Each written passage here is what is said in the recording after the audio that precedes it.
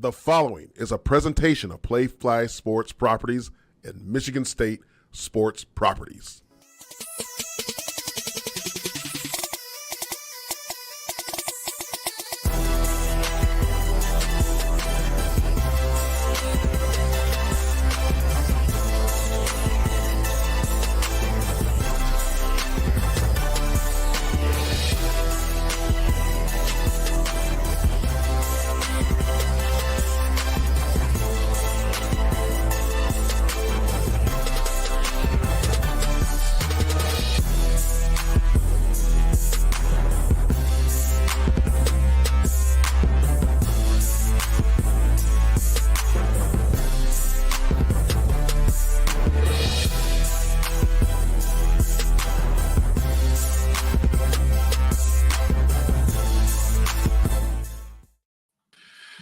Well, a pleasant good evening, everybody. It is Tuesday, March 28th. I'm your host, Jason Strayhorn, along with my co-host, Otis Wiley and Jehuu Caulcrick. And this is Sparta.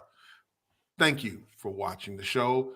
If you are watching it live, don't forget to click the like and subscribe buttons and follow us on our social media following platforms, all of them. And this is how to do that. Thanks for tuning in to This is Sparta MSU. Interested in hearing more from us? Be sure to follow us on Facebook, Twitter, Instagram, and even TikTok.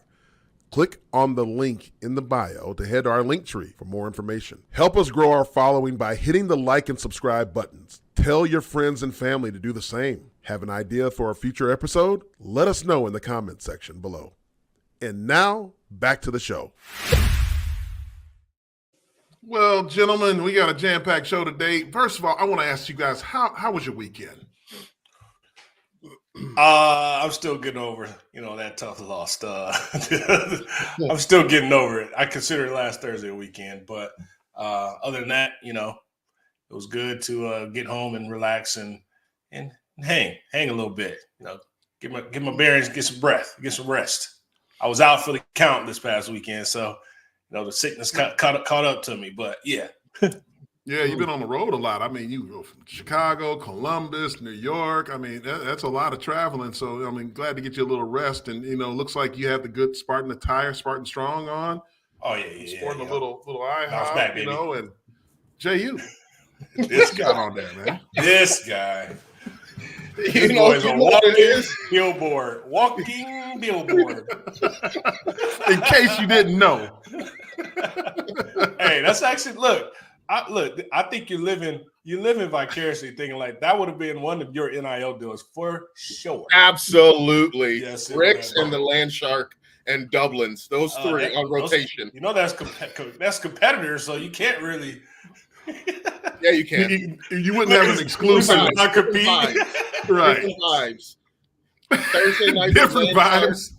Yeah. What's Thursday that? Night the Land Sharks. You get Thursday exclusivity with Jehuu. The Land Shark. Yes. Yeah. What's up, Tom Story? Steve Smith. What's up with you guys? The boys are back. I like that. Well, we're going to talk about the game. Got to cover the game that Michigan State lost. Unfortunately, Michigan State loses the game to Kansas State in the Sweet 16, 98-93 in overtime, fellas. What's your thoughts? I'm still getting over this, man. I mean, it's hard to talk about it. It's we hard. got to do it. I mean, it was that night, the night of the game. Like it was just a somber walk in New York. It was just like I was so glad to be in New York. You know how when Eddie Murphy came from Zamunda and come to New York and how happy, like I'm ready to go, ready to attack the city, have some fun, and then we lose. And it was just somber, man, walking to like, what are we going to do next, man? Like just we were that close. And, I think I sat down and finally said, listen, I'd rather go out like that than go out where we're getting blown out or as like truly like a Cinderella story, somebody beat us bad. Like we fought tooth and nail, boys went at it, played their best ball during the tournament play. So I have nothing but respect for how we did play. But it's tough when the team that beats us then loses to the next team, which I think we had a good run if we would have took care of Kansas State. But it's the Final Four. This is one of those unprecedented matchups, man, which is really the gloriness to March Madness, man. Anybody can take it. And this is the proven fact this year, 2023, that this is going to be a good one. I mean, think about it. You got FAU in the Final Four and Miami. Those are two South Florida teams, San Diego State and UConn. Hats off to them. You can't believe that Kansas State lost after that great performance by Noel, man. I mean, that was crazy. The kid had 19 assists. Check out him in action here. Man.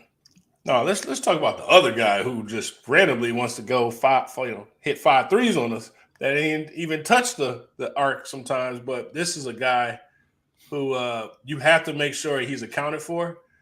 But like just the backdoor passes, man, was like almost he was on all pro and we was on rookie for some of those plays where you got to find him and he's making these magical March Madness plays. Right that's when I knew we were in trouble when something like that. Right. Like, are you the kid's on one ankle. And then he has his Mateen Cleaves moment there. You can't tell me that's not going to be in that one shiny moment, montage at the end there. He has his Mateen Cleaves moment there. But when this play happened right here, and he on one leg does a spinneroonie, banks it in, and I'm like, oh boy, it's gonna be a dog fight here. But also too, give the Spartans credit. They played their best ball at the end there. They played team football, team basketball. They played good defense, and they just broke down a little. That pick and roll really killed us, against Kansas State. But I'm excited for what the future holds for Michigan State basketball. I'm excited for I hope some of those guys choose to come back because they got a taste of going that far in the tournament, and they're like, man, we were this close, and with the pieces we have coming in, we have the opportunity to even go to that next level. So I hope that's a thought process behind Tyson Walker, Malik Hall, and those guys deciding to come back for another year. Yeah, just before we move on from this game, what do you guys think about this particular play where it seemed to be that Noel was talking with the coach or arguing with the coach, and he calls a play, and then look at this alley-oop. Is that a called play, or was that him just noticing the backdoor cut that seemed to be open all night? Listen, I couldn't see. Obviously, no one has a view of him where he could have been looking at both Keontae Johnson and coach, but this is that football play. You walk to the sideline acting like you about to go out and you snap the ball. AJ's on him defending the perimeter or defending that passing lane. And I feel like he took his eyes off of that interaction. I don't even know how, but you got to know you guys back here that can high fly and the number 1 scorer. You got to know at all times, you need to be up hip to pocket, to be honest with you. This is a man-on-man check me, man. Don't let no backdoor happen. And it was, when he did it, I was like, that was just saucy. That's all I said, saucy. That was saucy. Right, because being there, it's a lot different than getting the views you get at home. I was saying a lot of expletives at the television at the time and everything else, sitting in my living room. But you're at the venue seeing this. And, Doug Hagedorn just said, it was 100% set up. You listen to Jay Wright during the game, the former Villanova coach who's won national titles. He said it wasn't a play called. It was something that he just noticed. He thought he was really arguing with the coach at the time. What do you guys really think about that? You know what? I think there's something. It's a tough one. I think it was actually a play call. I think that's something that they worked on in practice. Goofing around and saying, "Hey, if this happens, we're gonna do this. If we catch them off guard." It's those things that you work on, in football, you work up. Something miraculously happened, and then you get to thinking, "Wait a second, this could work." So I think it was a play call, and something that they worked on. They obviously had. If that didn't work, just continue to, call your set and go from there. But, it was just with the 2 and everything like that. I just think there was some coding in there, and I think it was a design play. It was like a hidden ball. It was like a rock, paper, scissors, shoot. Right. I mean, the fact that he caught it and it was a reverse alley-oop dunk, that man was soaring. He still had time to elevate even higher. Look, just saucy. It has to be us though, man. Like, why us, man? Come on. Come on. Yeah, Art do revives basic defense and three balls. People are. We got okey doked. We got okey doked a couple of times. The old trick bounce a ball off the back of the player. Early in the game. That again. So listen, when Ty Walker hit that three ball out and like sized it up and his legendary little side step boom, I was like, all right, we ain't leaving here without no dub, right? Mm-hmm. Like you felt that, like it was crazy, and then just something they respond quickly. It was like one going back and forth, but I got to get a shout out to Art. My guy bought me a bourbon on Wednesday night. What kind of bourbon? I actually forgot because it was one of those nights. I mean, he can tell us now. What'd you buy? How was the energy inside of the Garden? I mean, you were there. Tell us what it was like in there. It was electric. It was a different feel than what we had in Madison Square Garden when we played Rutgers, because we only had it was a home game for Rutgers. So it technically everything was filled with Scarlet Knight. And so when you have these matchups, you have four teams, you have your section that's already designated. So like it was tough for us to be across from the bench as a fan base versus being behind. But the advantage, which I think is truly an advantage, is Kansas State's fans and section was right behind their bench. And so you have to, like, that was a mechanism of we had to keep like responding with, the go green, go whites. And, there was times where I really wanted to be one of them section leaders, but I was like running up and down the aisle and like, get up, like, come on. Cause there was times where you felt that momentum and you was like, we got to take advantage of it. Get up, like Spartan, like go crazy. Right. And there was a little bit of those times and moments where I feel like we should have been able to take that momentum from a fan base standpoint. But it was electric, man. Like it felt like we were just in Columbus or it was in Breslin. It was rocking. It was back and forth. And, once I felt bad for the next team's playing because it was such a great game that as soon as it happened, like, obviously we all kind of left upset, like people dispersing, like it was not that much, there's a lot of people there, but not a lot of people, if that makes sense. Right. Yeah. Did I hear something about a Madison Square Garden curse? I just saw a comment about that. I don't know. I didn't know there was one of these. You guys familiar with this? MSG curse lives on. I didn't know that. Yeah, we lost in who did we lose to in the tournament there last time? It was somebody. But what we got to do is give a special a birthday shout out to Doug Hagedorn. Oh, happy birthday, Dougie. Happy birthday. Happy birthday, Dougie Doug. From all of us here, this is Sparta. Happy birthday. Cheers. Have a special one. Yeah, cheers. Cheers, Dougie. Cheers, man. Love you, brother. Have a bourbon. I remember when I was 16. Finally gonna get that driver's license. All right. Man. Moving on with AJ Hogarth being named to the all-regional team, fellas. This man was in his bag. Like, I felt like he finally said, I got a big square body frame as a guard. I'm going to go toe-to-toe. I'm going to let it loose, shoot. He played like this was his last game. And you could tell, like, he was there, man. Like, this is aggression where it's like, I'm going. I decided what I'm going to do, and I'm going to go get it. But there was a period of time in the game where he was sitting, and I know he had more fouls and they wanted to manage that. But there was a moment where he was out, where it was like everybody kind of looked like, why isn't AJ back in? Because he was like a consistent scorer. But this man had that look of the dog in him the whole game, and I'm excited to see what he's going to do in the offseason leading into next season. But congratulations, AJ. It seemed like the scouting report was like they didn't believe he could go with his left, and they were wrong about that. It was lefty. I mean, if we ain't had them back-to-back and ones he put up, like it would have been a different story. Like we would have been losing. We would have lost by double figures because he kept us in the game. Yeah. 100%. And when you look at next year, as you brought up, we got a couple of McDonald's All-Americans that will be Spartans in the green and white playing tonight at 9:00 on ESPN. Xavier Booker and Jeremy Fears.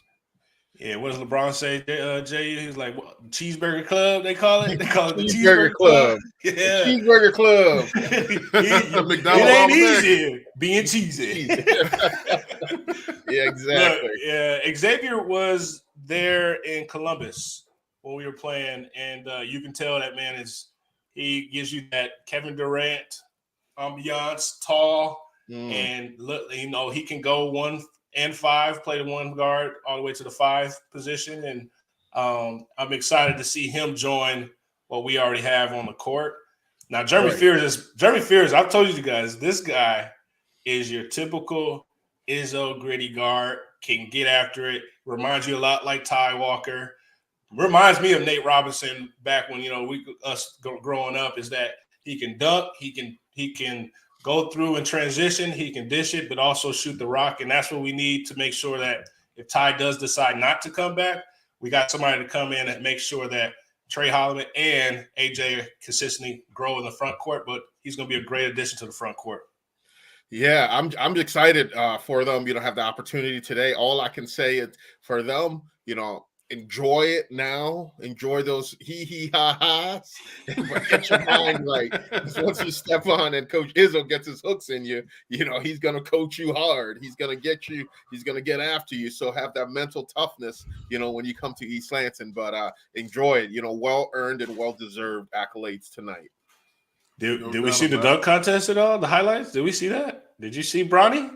You ain't see it? You didn't see it?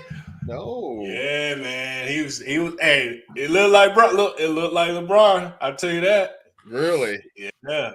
He's developed, man. I'm proud that he's taking that step, but it was a good one. And the number 1 pick was in the dunk contest too. He had a nice one.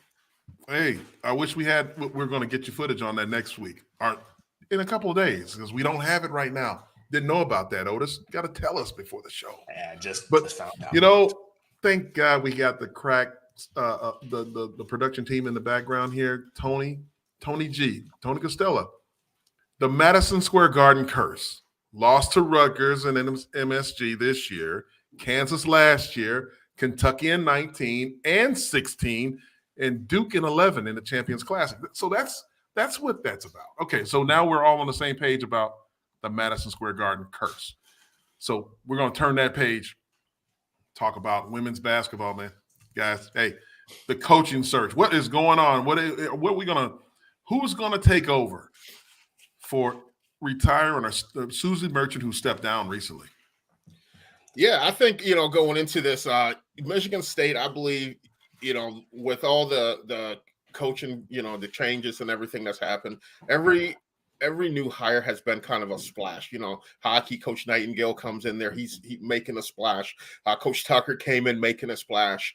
Coach Izzo, he's a staple there, so he's not going anywhere. But I think for the women's team, they have to make a splash in the coaching hire. They have to go after one of these big time assistants. They have to go after one of these schools with a great head coach that's been established there, and he's a staple. He or she's a staple there, and one of their assistants, pull that aside, pull that knowledge, pull that, what it takes to manage a team and run a team. And what that's going to do is it's going to create a buzz to East Lansing. It's going to attract the talent to East Lansing. We have to be able to recruit all over the country. And I think going outside and making a big splash is what it's going to take to be able to recruit throughout the country and get back to the days where we were, in the tournament year in and year out, going to Final Fours and everything like that.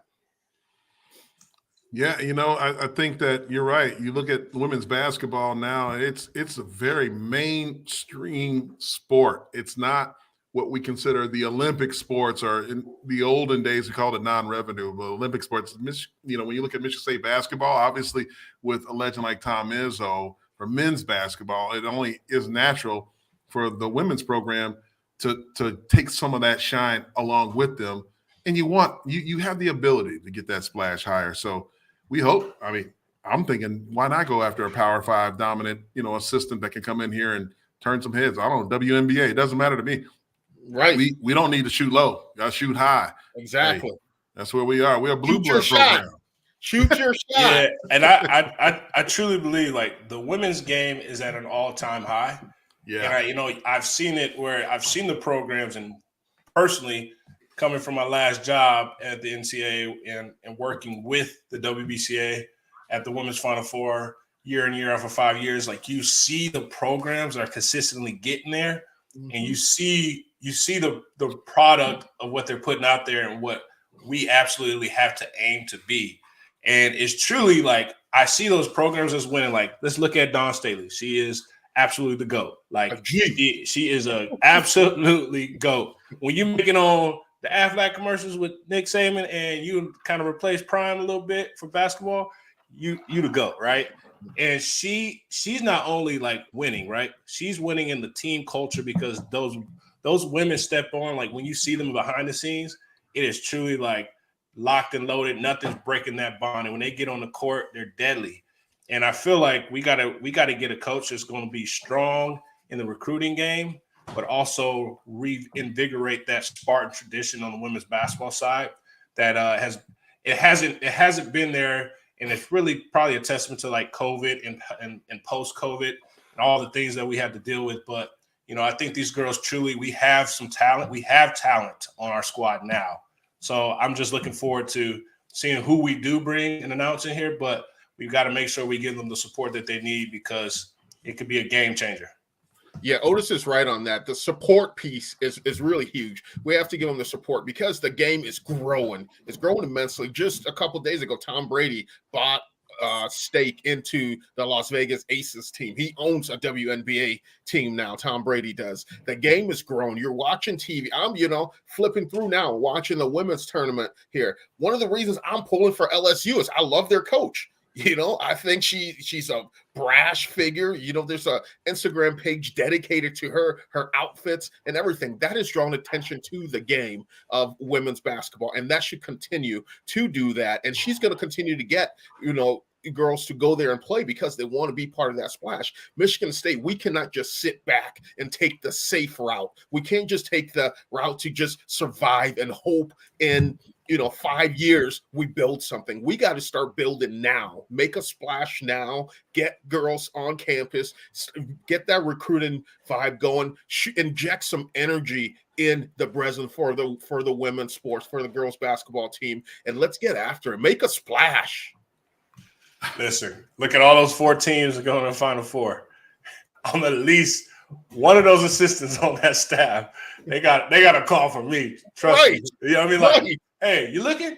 Hey, especially all the South Carolina staff. Make the call. Yeah. the whole South Carolina staff. Tyrell.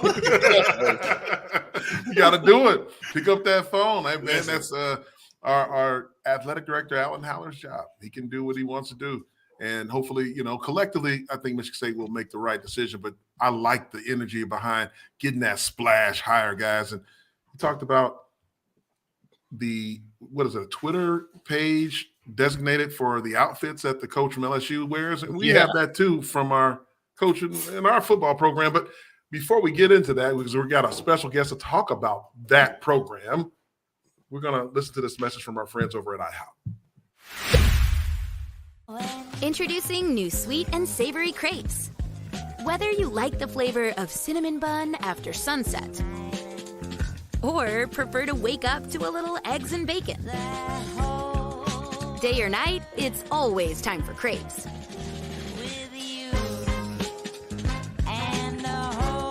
For a limited time, buy one, get one free, with 5 flavors that are delicious any time of day. Only from IHOP. Download the app and earn free food with every order. Eggs and Bakey. It is time to bring on the man of the hour, none other than 247 Sports Home, Corey Robinson, who joins the show. Welcome to the show. This is Sparta. Corey Robinson. How you doing, bud?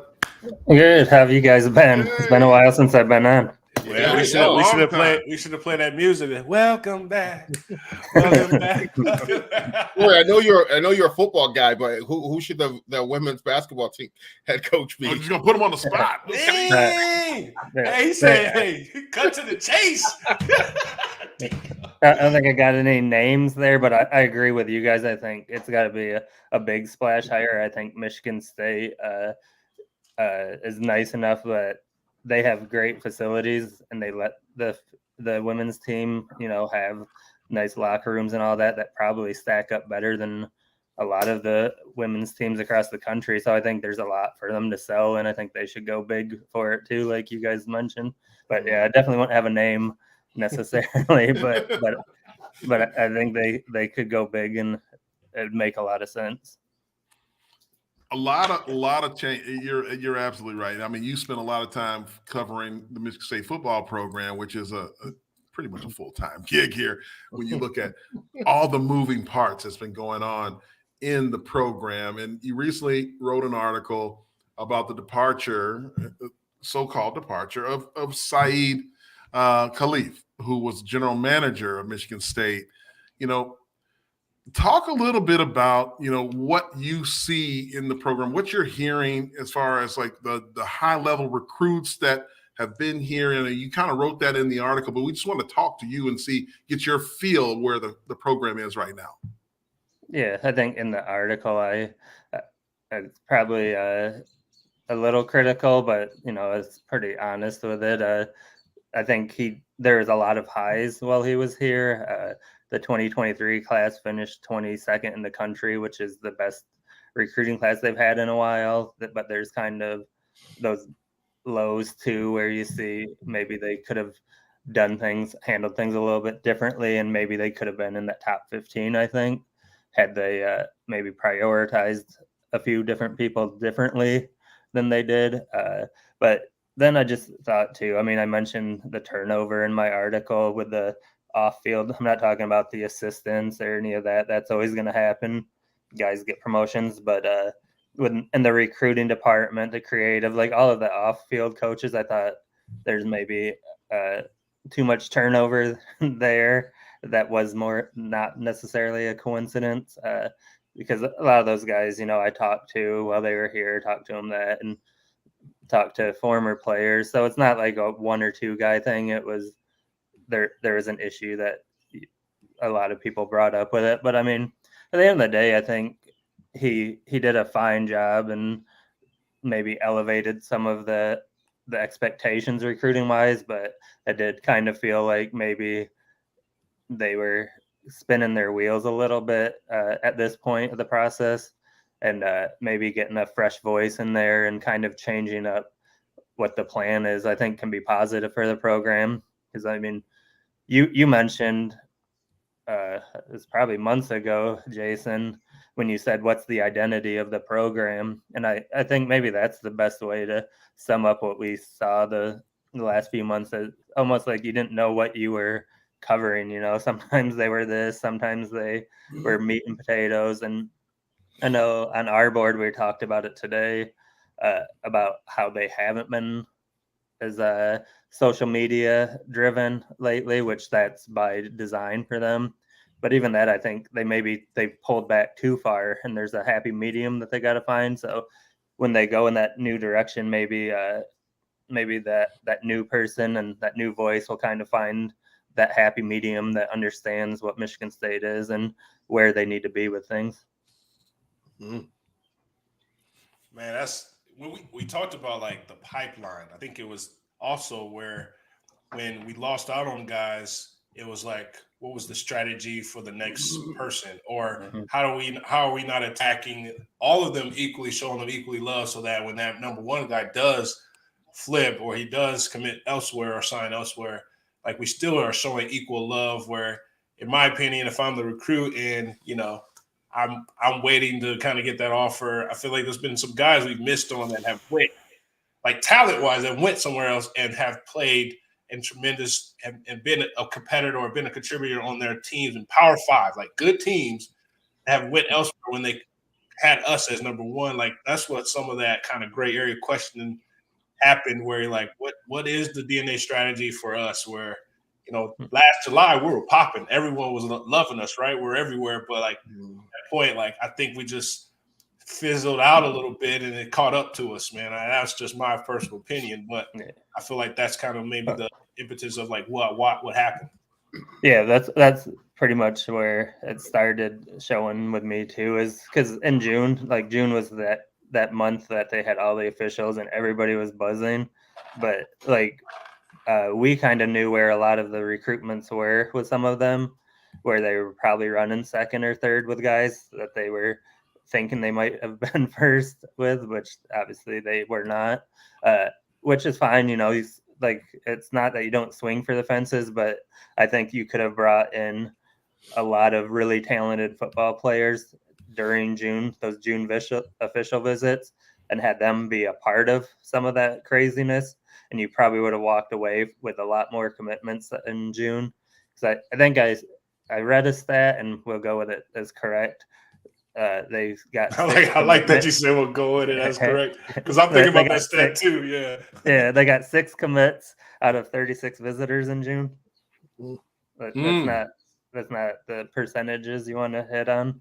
But I mean, I think and that's the thing. Like Justin and I and Steven Brooks, Alan True, and like to our message board, our VIP message board at Shaw Lane, like in August, like people are like, all right, so we missed out on these guys. Who's next? And there's like nobody because they didn't set the board up to do it, which give them credit though, because they really rebounded in that November, December period, getting a quarterback like Sam Leavitt, who's really good, and a lot of good players. So you got to give them credit where it's due. But I feel like there's a few spots that, especially defensive back, that they maybe could have hit bigger in the summer months and shored that up quicker. So my question for this is, and I may be, with the change of college football and everything like that, does every team have a general manager? Because I know when we played, there was a recruiting coordinator. There was no general manager. Does every team have a when you were with the Bills, they had one. Yeah, when I was in the NFL, yes. But when I was at Michigan State, there was the recruiting coordinator. There was not a general manager and a roster management team and all that stuff. Does every other team have one of those? And is there a need for that? Does that pull the coaches out of it? The coaches that used to recruit guys, like the Coach Mitchells that used to go to your house, Otis, and recruit. You would say Coach Mitchell go to my house when he was your coach, right? With his big size, 15 feet, and his 5'5" body frame. But like those coaches, do you feel like having a general manager or a roster management take away that relationship from that coach that's recruiting the player? No, if they do it right, then it's just an extension to help you out. If they can say, all right, this is our board, this is who I want. So then, they can kind of keep them warm, keep them, keeping up with them. What do you need? Are we showing you enough love? Are we talking to you enough? All of that stuff. But I mean, at the end of the day, you guys all played. Like the recruiting guys are all great, but at the end of the day, you're going to go play because you had that relationship with your position coach, or you had that relationship with the head coach. That stuff's still always going to matter. But having a guy that is running that whole thing and kind of running the point guard, making sure everybody's in line, you got your vacation, or not your vacations, but your recruiting trips planned out right. You make sure the airfare is taken care of. It's basically just having an assistant make sure everything's running smoothly, and then they can set up what's going to happen in the official or unofficial visits, the recruiting guys, and then they can have a meeting about it before, like, hey, this is what we're going to do this weekend, and go through it. So yeah, I think it's definitely important. I think different programs, it's more of a SEC model where it's how Michigan State has it as big as they do. They'll put different names on it, chief of staff, general manager, and stuff like that. So all of it's the same. It's a SEC model, and I definitely think it holds a lot of value to have that. You just got to have the right people in place. Man, you look at that. I mean, that's a good question, Jehuu. The new way that college football is progressing with, you got general managers, roster management. I'm seeing this stuff, guys, as you know, through the recruiting trail with my sons. There is a lot of this. This is not unique to Michigan State at all, which Mel Tucker, he's bringing that SEC mindset to Michigan State because you have to do it to be able to keep up. Corey, talk about you guys at 247. I mean, you do a phenomenal job. There's a lot of recruiting services. You got Rivals, On3, all these other places. But 247 and you specifically, you guys do a lot of communication with like recruits, parents, all kinds of people in order to get the information that you get. Right? Yeah, definitely. It's all about kind of getting the connections all over the place. Cause I mean, a lot of the, like your son's going through it at IMG. He's busy. He's doing schoolwork. He's got football. He's got lifting. He's got all that other stuff. So then we hit up the parent or the coach. It's easier to get to them. And I mean, too, you're talking about a lot of these kids. Like their parents are more mature. They're not hiding things from you. Like a lot of them are just going to be like, hey, this is how it is. And if, they don't want it to be public, then they say, hey, don't make this public, but they'll still give you the truth. And that's all you really want like that. So then when I come on your show or something else, I actually sound like I know what I'm talking about a little bit. But yeah, it's definitely about relationships all over. And I mean, former players are huge too, because, you guys know what it looks like. So I could go send someone's tape and be like, hey, what do you guys think about this guy? Or, hey, do you want to get this to the staff and stuff like that? So it's just all over the place. You just got to network and connect with as many people as possible to do it. Corey, I think I have a major question because, like, if I go back to when we're recruits, we're looking at our schools, and then like we have all of the shuffling going on right now. What are the coaches? What's the message when you're in the living room talking to a recruit and trying to get them to decide to select us? I'm looking at our 2024 class, and guys are making their decisions. We lose out on Davi he's going to Virginia Tech. But like, what are coaches now doing to discuss with parents and recruits to decide to come to Michigan State with all the stuff that's been happening? Yeah, I mean, I think now you just kind of, in the business, it's always move it forward, positive type of deal with it. So, I mean, you're still selling, the education. I think that's more important and easier to sell. Every visit, whether it's unofficial or official, Michigan State will bring in academic advisors to talk to the prospects and their parents to kind of, show them, hey, this is how we do it here. And then the strength and conditioning, that's a huge thing. So you bring in Novak and have him kind of be like, hey, this is what we do. This is how we individualize it. Amber Einstein with the nutrition. So, I mean, it's very detail oriented how they do it. I mean, obviously it helps. Like if you're Alabama and you can point to 10 first round picks a year. The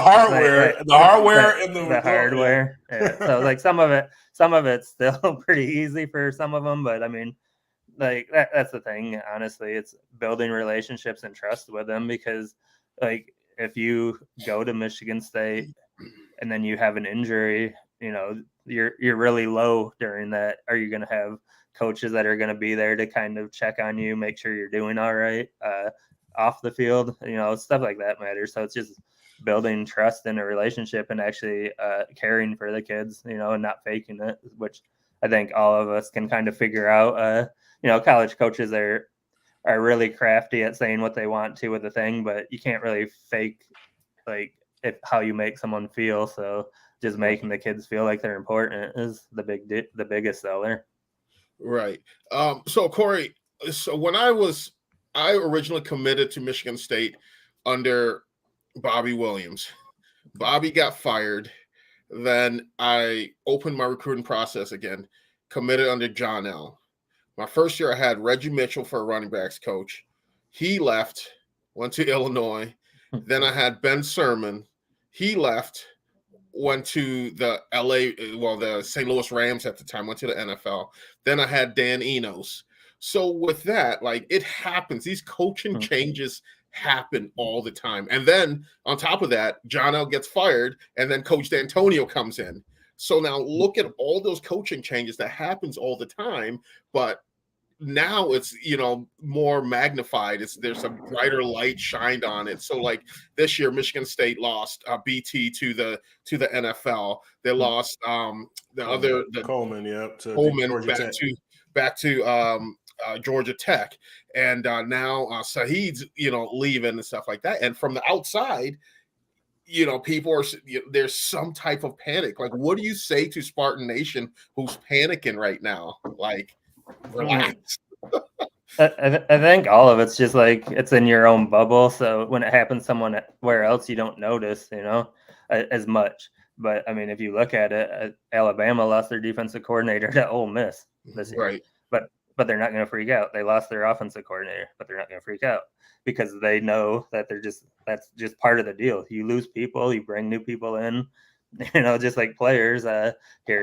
Players graduate, players transfer, new ones come in. It's always constantly evolving. So, and same decommits. Like Michigan State has a decommitment, and people panic. But Georgia lost a highly ranked running back a couple of days after Nick Marsh had decommitted from Michigan State, and they just handle it better because it is what it is. You lose some, you win some. That at the end of the day, you just got to come out on top and win. That's with whoever you're lining up or whoever's coaching you. Yeah, it seems like every year Alabama has a new OC. Well, look, a well-oiled machine. Exactly. Same thing. Yeah, you go there to get mentorship. You go back out. Like, it's right. I see Steve Smith say relax, and like what comes to mind is when this is coming from Coach Barnett, but like when you're always on defense mode playing defense, you got to cover the deepest of the ball and post routes, streak routes, and you're in phase with that player and the ball's thrown deep. Coach Barnett will say, you got to go to cool school. You can't panic. You got to be cool, calm, and collected, see the ball through, pass breakup or intercept the ball. And I feel like we are going to be okay. Because really, at the end of the day, it's players play, coaches coach, and we just got to put dubs on the end result. That's really what it is. But we got to make sure these kids are coming in here. One, I feel like choosing the school because of the education and the experience. But on top of it, you're going to have a great experience on the field too.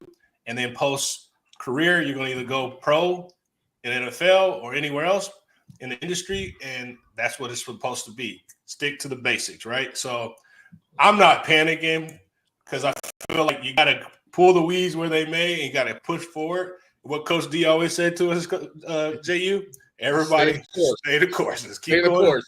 Everybody together. So my thing is this: for all the people that are panicking, I think a panic elevates after you have a 5-7 season. If all this changes would have happened after the year previous, when we went to the Peach Bowl, I think there will be a lot less panic than there is right now. I think people feel the sky falling because we didn't have the season that we anticipated on having last year.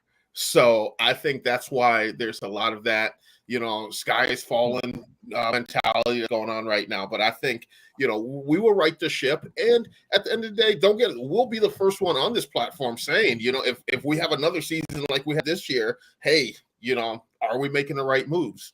But for now, stay the course. Yeah, I think it's always about, just like if you're winning, people are happy. If you're not, you're not. So I think right now Michigan State's right where they need to be. They're in spring practice. This is the chance to get rid of that bad taste that last year left in a lot of people's mouths. Like every question they've had this offseason, every question they'll continue to have until the season gets rolling can be answered or fixed with winning, period. So, I mean, like that's what it is. Win.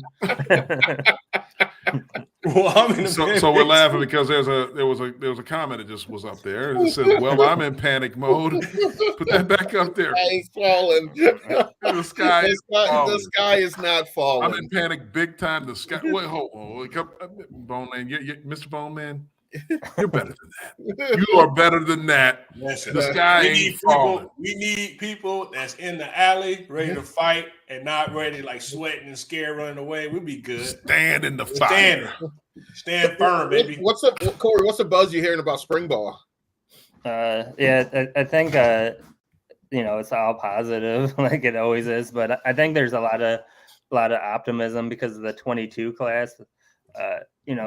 Kids kind of come before they sign, everyone's all excited about them. And then that true freshman year, a lot of freshmen don't play major roles, but they get their feet wet, all of that stuff. But fans will have a tendency of forgetting about the kids a little bit. And I think you're going to see a lot of kids from the 2022 class make some huge jumps and huge impacts this fall coming up. So defensive backs, I think the 22 class there, people probably forget how big and how talented that class was. I think they're probably going to make up the majority of the secondary and the two deep and starting lineup. So that's one spot. You got Caton Hauser at quarterback. He redshirted last year, got into one game. Just a physically talented kid that can elevate the ceiling. It's just a matter of, is he ready mentally and to kind of do the job? What we've heard out of it, which is not a ton because they don't try to talk to us as much as they can, but he's had a really strong spring camp so far, and he's probably exceeded where he needed to be, but it's 1 weekend and he's got to keep stacking the practices and weeks. But then I think too, getting the running back Nathan Carter. Yes. Wait. That's Choo-Choo's boy. Did JU pay you to say that? Or now his stats through 3 games then. Yeah, I got you. But yeah, get the running game back. I think Malik Carr and Keon Coleman, they mentioned today them not doing basketball this year allowed them to really get winter conditioning and focus in on football. So I think those are 2 guys that, are athletic mismatch problems. Getting them to be completely in the entire year on football is going to pay off for both of those guys, I think, which pays off for Michigan State. And then defensively, like last year, I don't know that I've seen a team that had so many key injuries from the first string, second string, third string, and the defensive line. The beginning first couple games, you lost your leaders, Xavier Henderson and Darius Snow. So it's just so much where now you're getting a lot of good football players back that were out with injuries or suspensions, and then you're bringing in some really good transfer pieces on the defensive line that will come in right away. Jacoby Windman and Brule coming back for another year is going to help the linebacker core a ton, I think. So, it's just that and everybody coming into this year pissed off because they didn't do what they needed to do last year. You hit a really good point there. And to Art's point, this is a very good point that Art just put down here in the comment section there. Last year being a 3-way year with all the injuries and suspensions and everything like that. I totally agree with that 100%. But Corey, you drew a good point there with Malik and Keon not playing basketball. And that's something at the IHOP sign-in in Brighton, had an opportunity to talk to Keon about. And, he was excited about the fact that he gets an entire off season with his team. He was very excited. He was very vocal about it. He's like, don't get him wrong. He loves basketball, but he loves football. He bleeds football. And the fact that he gets the opportunity to work out with his brothers, his dogs that he's going to be out there in September on the field with in Spartan Stadium and build and grow that chemistry with them. Those off-season workouts, the opportunity to get bigger, stronger, faster. Football strength is different than basketball strength, and he gets to do that all off season, go in and have an entire great spring ball. Because think about it now. If he would have played basketball, he would just be getting to spring ball now. And then there'll be that time of acclimation. He's going to have to put that weight back on, that football weight back on. He's going to have to, get that football agility, because it's different than basketball agility, the route running, the chemistry with the quarterbacks and everything like that. He has this entire offseason to do that. And I'm telling you, watch out next year for number 0 on that field. Yes, same thing I did with Malik Carr. I ran into him at a camp because Malik Carr is really great at supporting the next generation of like high school kids coming up and all of that. You go to a camp in Detroit area, Malik Carr's just there. He's just there supporting, whether it's his brother there or someone else. He's just into giving back to the younger generation. But I had bumped into him on Ford Field, and I told him the same thing. I said, I know you like playing basketball and it's fun to play both of them, but this gives you an opportunity to really focus in on this, and because this is what you want your career to be ultimately. So just go there, grind it out, and all that. So I think you heard today Jay Johnson, I believe, at the press conference saying that both of those guys have really stepped up and it's benefited them to be around. So yeah, it's definitely excited to see both of those guys. And my breakout guy is going to be Tyrell Henry. I'm calling it now. We just talked. We did like an hour ago. Swear to God. We did, because we were looking and like that the guy has quietly been working his tail off too. Roseville. Yep, Roseville, Michigan. But he also has been really active in supporting other student athletes, every sport. There's that crew like the Dylan Tatums of the world and Tyrell. But I believe like we need a solid guy like Tyrell to break out. So what is considered him being breakout? What are you hearing? What are you seeing? He's added a lot of muscle for him. When everybody that saw him the last few years, like he's always been kind of a skinnier kid, where now he's putting the weight on, but he's always been an explosive athlete. And I know Alan True, he does the Midwest recruiting and kind of helps with the ratings with those guys. He's been saying like he knew he should have put him up higher. And he's like, I know it's going to bite me. And you saw him last year. He was the leading kick returner, showed a lot of explosion and speed out of him, kind of quick twitch, change of direction. So now I think you can slot him into that slot role with Jaden Reed leaving, have Keon outside, Trey Mosley outside, some of the bigger guys, and just let him work underneath. I've always been a huge Tyrell Henry fan, and now I think you're starting to see all of that work and all of the just doing the right things for other people. Eventually that stuff pays off and to yourself. So I think he's my breakout player on offense of the people that maybe, obviously everyone knows Keon, Malik, and Trey, and some of those other guys. But he's the guy that's maybe under the radar that we can start putting on the radar and put some pressure on him. Yeah. So, can you tell us a little bit more about Nate Carter? Please do tell. Before you tell, let me just say this. And don't get me wrong. I know I went ahead of myself, and you guys will never let me live this down.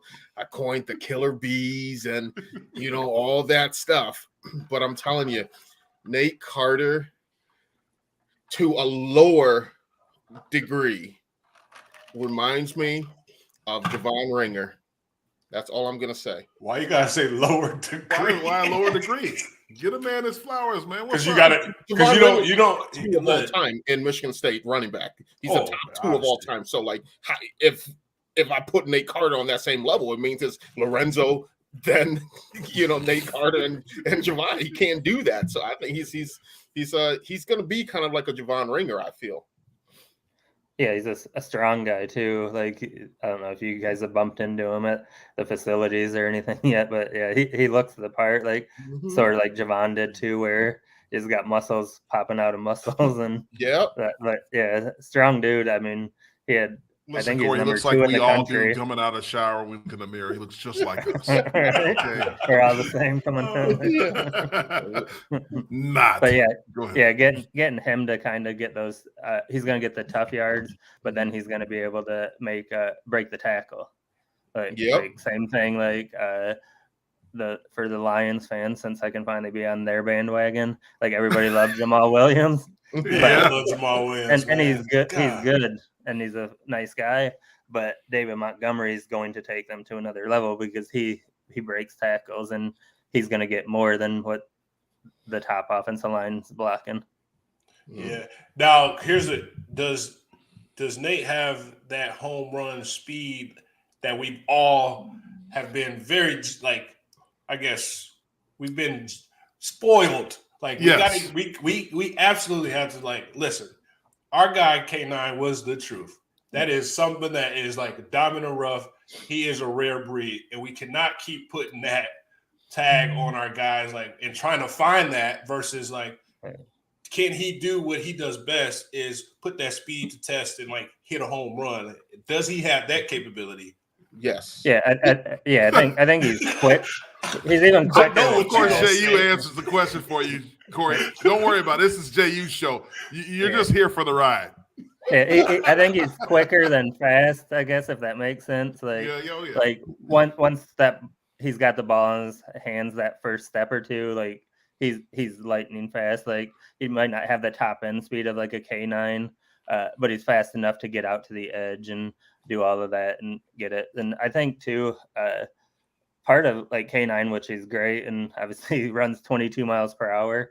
But that year, if you look back at all those highlights, them wide receivers were setting blocks at the second and third levels to make it the 40 plus yards to the house. So if Courtney Hawkins keeps his wide receivers on there, and lets him not have to slow down or lose speed, then there's no reason he can't take big runs, and take him to the house. So, but yeah, I'd say he's quicker than overall fast though, but he's definitely fast enough. I think he's faster than all the backs on the roster right now.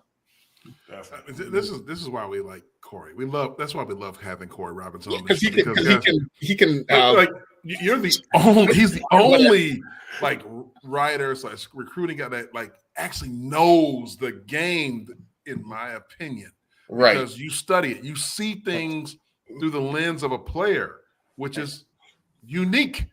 Most guys, a lot of these guys, I see a lot of these recruiting writers, and they're not there. But you're young, we're hey, God bless you, Corey. Asking you about the Corey, go back to my stars. Give me 5 stars. Yeah, right. Give me 5. Me, you, everybody 5. Corey doesn't do that. Yeah. I know he does it. Bob said that was a joke. But Alan knows I don't give stars. I try to take away stars from guys that he's giving them to. Rightfully so in most cases. So it's good for a healthy debate. Defensive backs. You talked about those being the guys that are going to for the class of 22 that will turn some heads. Who give us some names there? Malik Spencer, he's going to be a stud. He's out of Georgia. He's going to be a really good safety. I think you'll probably see him. I mean, he could play in the nickel spot, but I think with Xavier Henderson and Brooks leaving. Brooks, yeah. Brooks. With him leaving, I think there's a big need for him to drop there. I've seen him. He looks like he's slimmed down a little bit, so I think we might see him at one of the deep safety positions along with Jaden Mangum, who started as a true freshman last year. I think those might be 2 guys that you would look for at the deep safety spots. The nickel, I think Malcolm Jones, he played 3 or 4 games last year, somewhere in there where he kept his red shirt. He got caught up in the tunnel thing. I think he's a really good player. I think he was the guy in the 22 class that was a lot better, and he came in late, kind of no fanfare. So I don't think he's really gotten the attention that he's going to deserve as a player. I think you could put him at corner. You could put him at deep safety. I think nickel's probably the best spot for him. Again, Lee County, Georgia, they play really good football down there. He was kind of the leader for that team, which has a lot of success down there. I think he's a guy that's going to challenge to start in the nickel spot, I think. Cornerback, Caleb Coley, another kid from Georgia. He played 3 games last year, keeping his red shirt on. He had some injuries. Otherwise, I think he wouldn't have redshirted last year. You look at him now, he's put on a lot of good muscle mass. And I think he's going to take one of the starting corner jobs, if I was to guess. I mean, it's all projections at this point, but I mean, that's 4 guys in the 22 class alone that I can see starting out of the 5 positions, along with, Chuck Brantley, the 2021 corner out of Florida. So, I mean, and then even Aid Willie out of IMG, he played 10 or 11 games last year, mostly special teams. But, I mean, that's a pretty good hit rate to get 5 defensive backs and on the field multiple games. Oh, and Dylan Tatum, sorry, I can't believe I forgot him. He can play corner, he can play safety.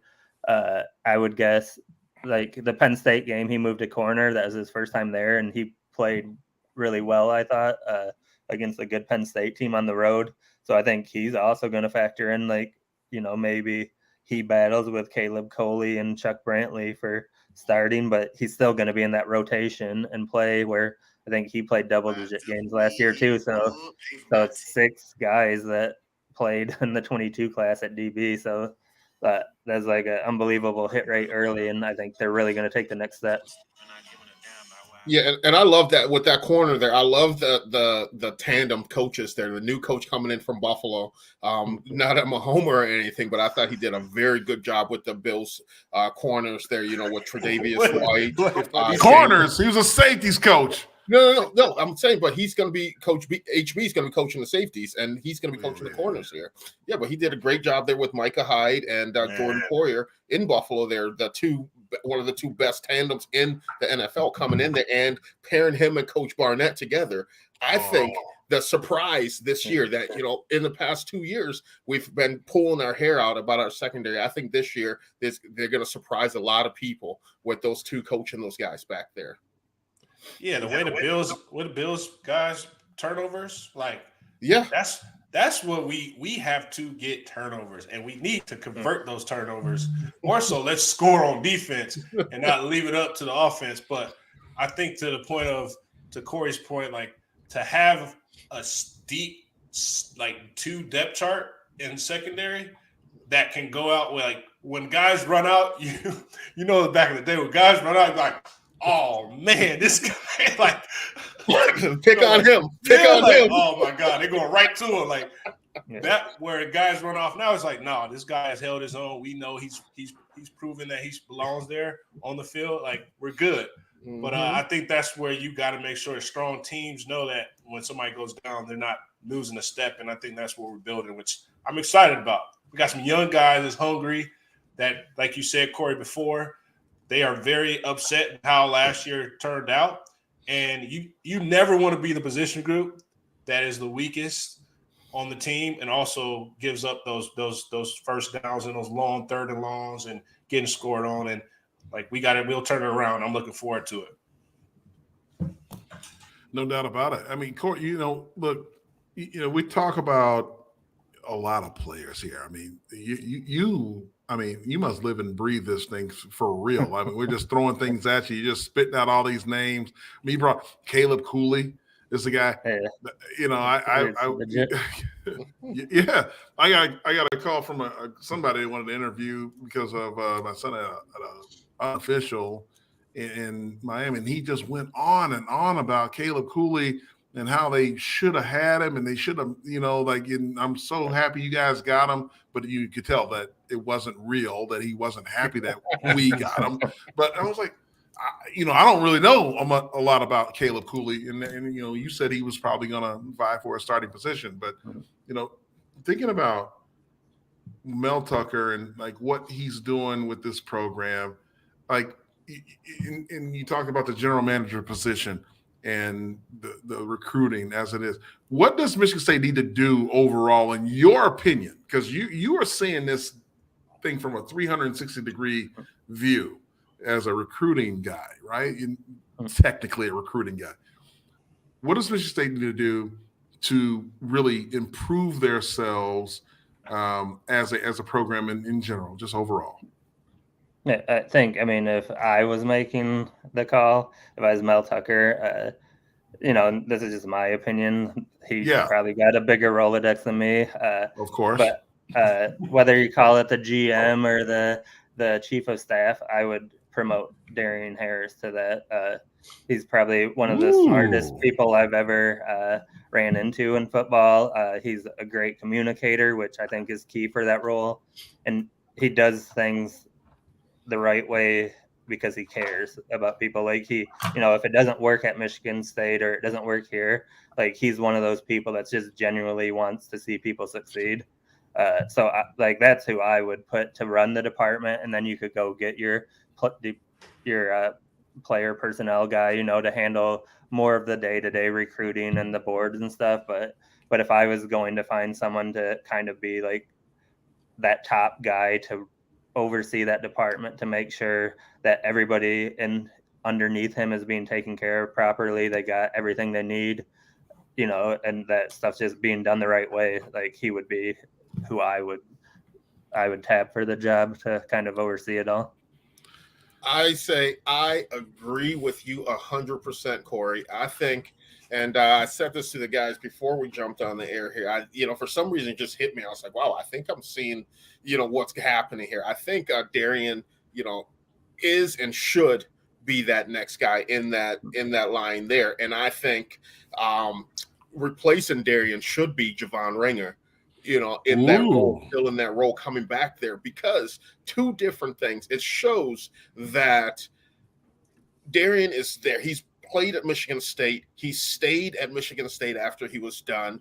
And he's, they're recruiting. Javon Ringer, one of the best running backs to ever come out of Michigan State. He's back in town, wants to be there. As a recruit, what does that tell you? If these guys who played there in the program and did all that stuff are coming back and staying with the program, I need to be a part of that program because it's something special. So I think that's why Darian should be in that GM role and Javon Ringer slide into his role there, because I think it's going to build that culture. It's going to build that Spartan dog. It's going to build that when guys come in, they're going to be able to have guys who walked that campus as students, guys who walked that campus as student athletes, guys who went in those locker rooms, who ran out of that tunnel, played, knew the criticism that the fans were going to give, knew the cheers and the praises that the fans were going to give, and they will be able to relay a great message down to those kids. Well, let's not forget, Javon's body of work post-career, like NFL drafted running back, had some success, also has put some work in where he came back and was in the recruiting department for Michigan State for the year and a half too. He was the one that helped bring Elijah Collins to Michigan State. Yeah.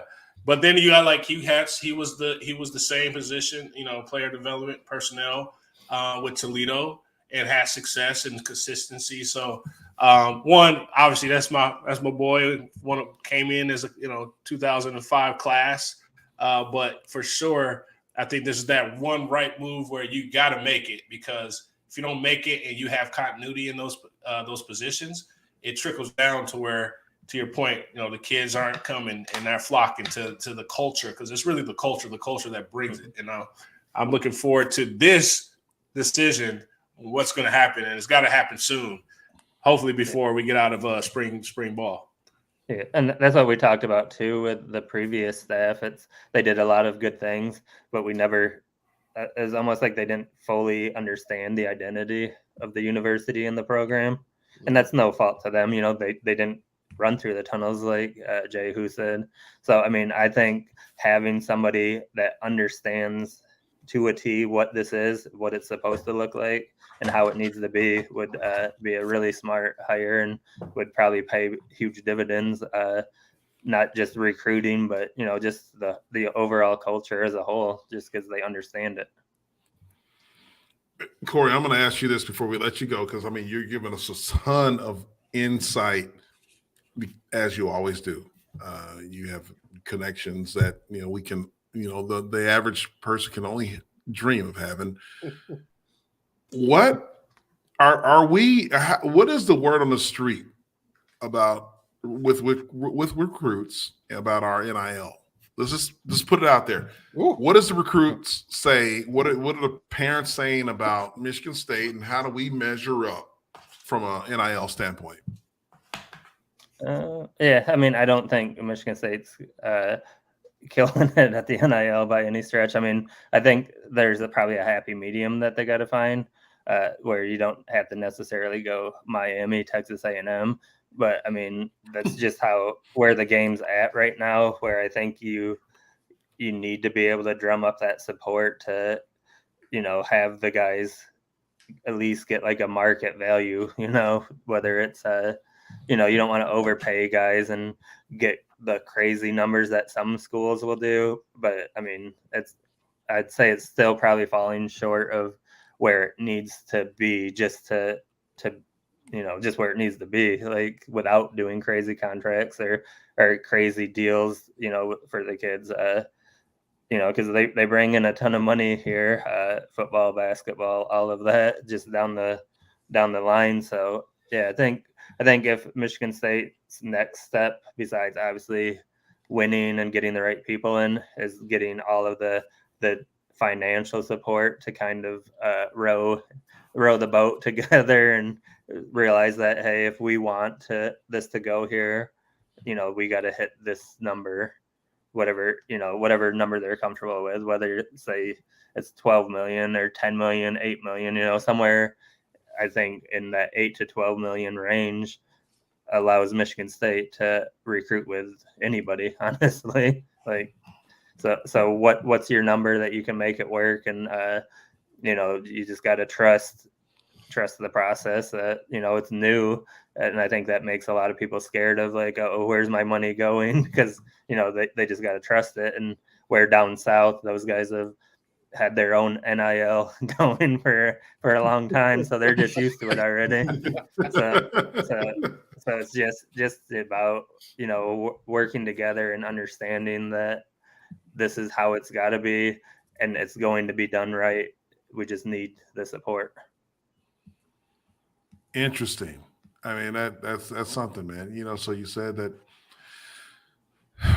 there's some work to be done. You said 8 to what was that number? 8 to 10 million? 8, 10, 8, 12, whatever, 12 whatever everybody's comfortable throwing in. I mean, is that over the course of 4 years, or are you talking per year?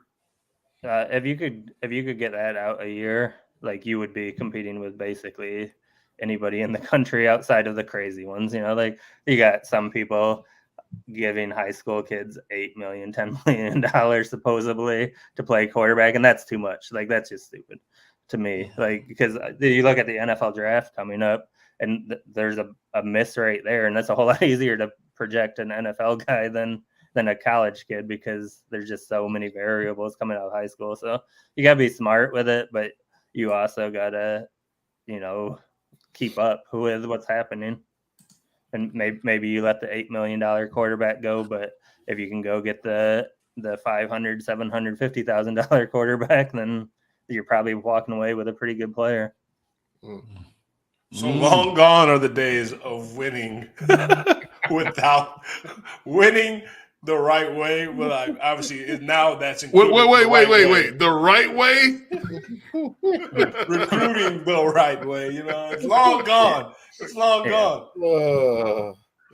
It's over. Like I mean, I think it's easier when you have championships, but I mean, at the same point, you don't win a championship and get a Dodge Charger at Alabama. You just get the Dodge Charger. I mean, you got that before you ever played a game in Alabama from Nick. So I mean, that's not true. Man, you can ride the streets of Tuscaloosa smooth. It's country, baby. Right, carefree, not having to look over your shoulder for compliance. Compliance. Hey, Corey, I mean, this is great. I'm not going to get into because the word on the street is Alabama doesn't lead with money. That's the word on the street. You think so? I mean, championship is money to me, too. Like, you're right, because they lead with brand. They have money. The NFL is more so. I think you more so than Michigan State. Is that what you're saying? Before we let you, is that what you're saying? Yeah, easily. I mean, obviously you get the kids that they just want to win, blah blah blah. But you can win if you go to that super team that that's paying down the road too. So I mean, like they've always had to do it to keep up. Like I think we've had private talks about Saban in the past, and not just money wise, just he's always evolved, and that's why he's so good. Like he realized that the game turned into a passing game or a speed game on defense, so you weren't getting the same quarterbacks or wide receivers or you weren't getting the same linebackers. So it's just always about evolving, and NIL is the next step of the evolution right now where we're at. So unbelievable. Hey, Corey, and this has been great. This is awesome. I mean, I don't know what else to ask. I mean, there's a lot of things I can ask you, but I think we're struggling for time. And I've got sun in my eyes. I don't know. This is ridiculous. And I know it's 8 p.m. on the East Coast. See? Sunlight. Is that Jesus? We're blessed. We're trying to be blessed because we're talking about Michigan State football. Yes, thank you, Corey, for everything you've done, man. This is awesome. Where's the cat at? The cat didn't make a cat. No cat today. Not this time. Not this time. She learned apparently. She learned today. You in front of that computer? What's the cat's name? That one's Lulu. She's the one that likes the camera, and she learned apparently this time. Give Lulu a treat from us at This Is Sparta. Thank you, Corey, for joining the show, man. It's been awesome, and we look forward to having you back on real soon because we got a lot to talk about, I'm sure. All right. Thanks for having me on, guys. It's anytime, just hit me up and we'll do it. Yes, sir. Corey Robinson, 247 Sports. I mean, come on, guys. Like, this is awesome. Whew. Hey.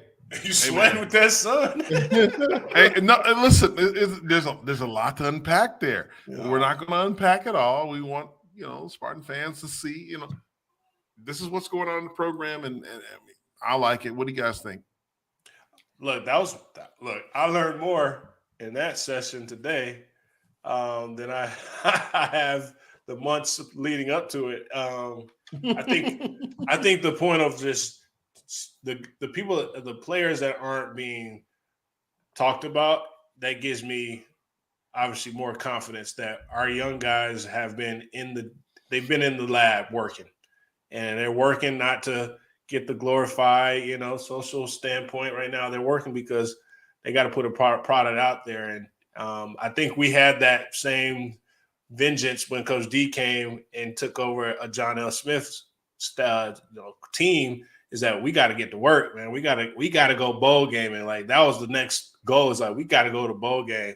And we can't be sitting at home at mom and them crib, like mom and them. Like, I'm not trying to open these presents with my family. Like, right. I got to be out there and seeing our coaches kids opening their presents at dinner time. But very confident. Like, we are better than what we kind of are portraying ourselves. Like, we're in a better spot than what we thought we were. But like, those guys, sounds like the guys are grinding. They're working, which is great news. Yeah. I mean, go ahead, Jehuu. Before we go to the next thing there, it was brought here. We've had a ton of people commenting in the chat today. It's been a spicy chat today. I really appreciate everyone for taking the time, jumping on. I love the fact that this is Sparta community. Everyone comes on Tuesday and Thursday nights, come together, check in on each other. I love it. I love all the, from people who panicking, the sky's falling on them. Other people are saying, relax. And I love it. That's what this is about. That's why we do this, is so we can all come together and we can cry about our team. We can laugh about our team. We can, put our team up to the pedestal. It's family here. We're the only ones that can make fun of family. With someone else from the outside make fun of our family, we all fighting. But in here, we can do that. Appreciate everybody. Thank you for that, Jehuu. I mean, that is the next segment. That was it. I mean, we appreciate you. We appreciate the viewers. We want to talk about what's coming up for Michigan State. We're just going to give you a little teaser. Michigan State spring game announcement. There's going to be a field house event. Talk about it, Otis. Oh, put me on the spot. I get it. Talk about it, Otis. The sun is on my face. Right. Yeah. I'm burning up over here. Go ahead. Yes, Fieldhouse event, post-game, spring game tailgate. This is Sparta MSU. Play Fly Sports will be hosting an event for, obviously, the family, the friends of This is Sparta. And we're going to have, 3 players that are going to make an appearance and have a kind of a live conversation with us on live and discuss what went through spring game and talk about the game. And it's going to be a great event. So you'll stay tuned, look out for the details as we'll go on social, but also we'll be plugging some more promotions on this show on Thursday leading into next week. And then obviously spring game week. So stay tuned. We're looking forward to it. Field House, East Lansing, downtown East Lansing, Thursday, April 13th and April 15th. Mark your calendars, but we will be sending out some information so you can subscribe, but you also can sign up and get a spot because they're going to be out there. The block's going to be hot. It's going to be ready. Hot. Super hot. Super Hotter than my son on Stray's face. Yeah, buddy. You see him? He's like, it. I'm trying to duck the sun. It ain't hot out here. It ain't even hot out here. We're all jealous over here, Stray. We wish we could get that sun. No. Don't be jealous because it ain't that hot. It feels like Michigan right here. I'm still connected to you guys, even though I may be a little bit far away. But I'll be there on April 13th and the 15th. Don't worry about that. I'm coming home, and we're gonna have a good time. And guys, listen, Fieldhouse got some fire pizza, by the way. Like there's some fire pizza. That's low key. They got some good food too. They do. Key. Hey, look, Harry says, come hang out at the bus, Otis. What's up? Otis, no, just Otis, not us, just Otis. Harry, can we get some love? I don't think she's saying. I'm just giving Harry not. Look, Jehu's going to go to Rick's because he has a personal deal. He has a personal deal. Rick's is Jehu's. That's his Airbnb for the weekend. Yeah, he's going to be at Rick's and IHOP and wherever the bourbon's being poured. But it's okay. Because we love Jehuu and we also love Otis. For both of you guys and myself, this is Sparta. Have a good night. God bless and go green. Go away. I still can't do that.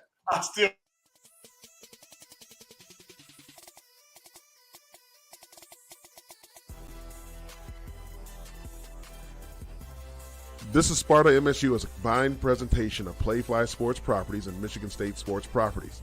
The show is produced by Pete Menez with additional support from Tony Costella. Operations and social media support is provided by Alicia Strayhorn with support from Cecily Max Brown. On-location technical support is provided by Good Fruit Video. Be sure to follow our hosts Jason Strayhorn, Jehuu Caulcrick, and Otis Wiley on social media. To stay up to date with all the latest This is Sparta News, please like and subscribe by visiting our link tree and tell a friend to do the same. Thank you for your support, and as always, go green.